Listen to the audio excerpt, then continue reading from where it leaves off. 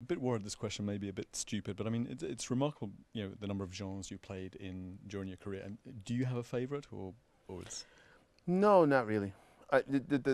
For me, it's about I have being able to have been involved on projects like this is reflective of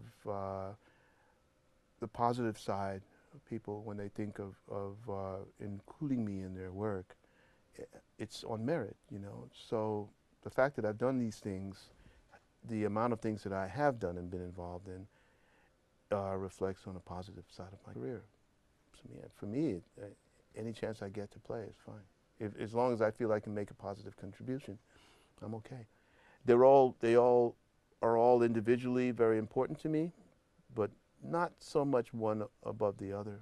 They're always learning experiences, things I can reflect back on and go, okay, there's some things here that I'd like to do that were good that I should do again, and other things that I should, stay out of the way of. That's really important. um, I believe from 1968 to 1965, 1968, you were in the U.S. Army Band as Hmm. a drummer. What were the sort of were there any sort of particular lessons that came out of that? Anything?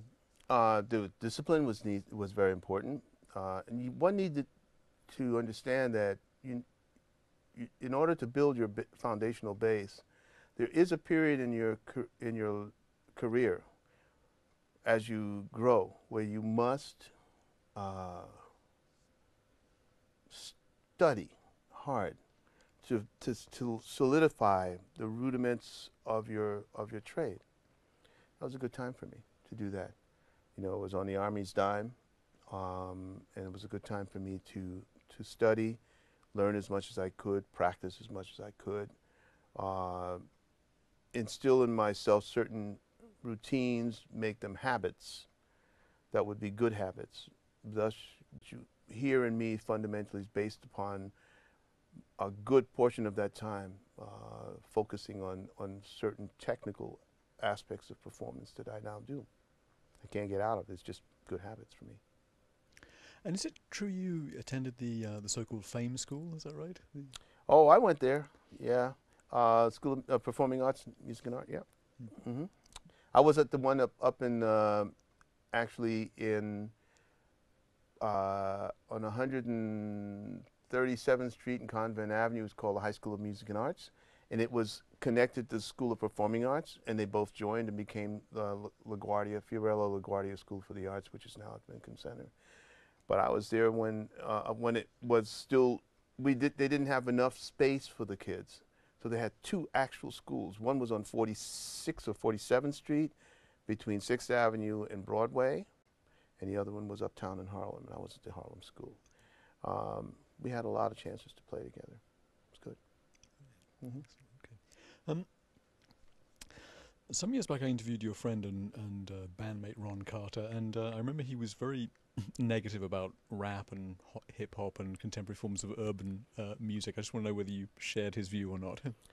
No.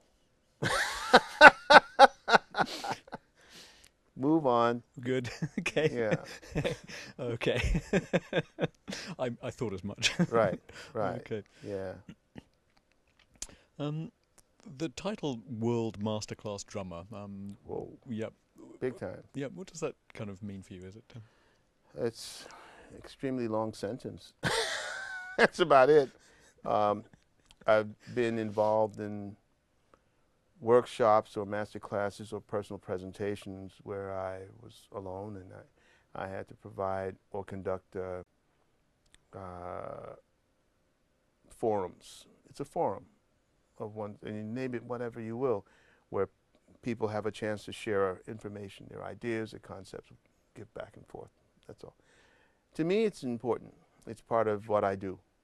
I find it to be very, very effective selfishly for me more than anybody else because I get to learn about what's generally out there in my part of the music field, what people are generally thinking within those environments. I try to coax them to speak their minds, their opinions, to share with all of us in the forum their likes, their dislikes, the things they, the things they see from their angle.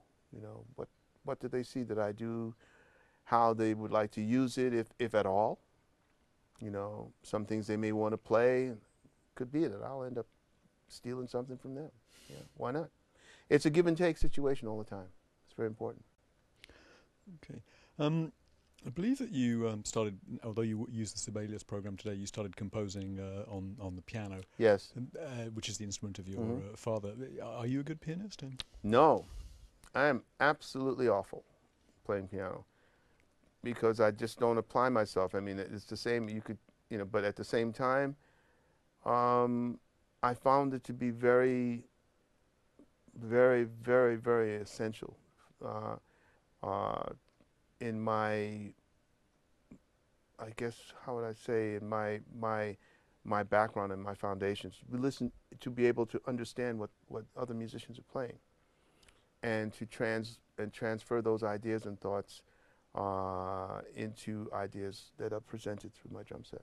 So playing piano for me is very, very important. Playing, understanding the physical makeup and the musical limitations of other instruments is as important.